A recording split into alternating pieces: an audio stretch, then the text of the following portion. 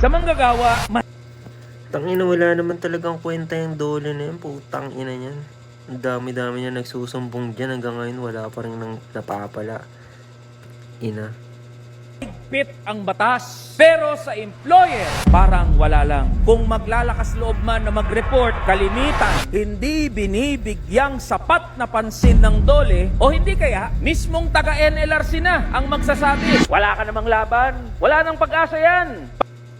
Ba, uso yan. Tangina, sasabihin sa'yo. Pag magreklamo ka, sasabihin sa'yo, wala kang laban dyan, wala kang ano. Kinang ina nyo. Pagtsagaan mo na lang o kaya makipag-settle ka. Wala talagang maaasahan ang mga manggagawa sa dole. Madalas na marinig, Mr. Speaker, mula sa mga manggagawa na hindi nahuhulugan ng kanilang mga employer ang kanilang government. Oo, hindi ba naguhulog yung mga tarantado na yan? Babawasan ka tapos pag-check mo ng app mo, ng online app mo ng SSS, Pag-ibig, doon mo lang malalaman, ay wala palang hulog, tangina.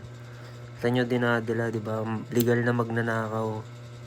Mga kupal. Dated benefits, SSS, PhilHealth, Pag-ibig. Palagian din ang reklamo tungkol sa Pag nareklamo mo sa dole, putangina, wala. Hindi ka papansinin doon, Gar. hindi pagbabayad ng tamang sahod. Walang overtime pay, holiday pay, night differential, 13th month pay, halos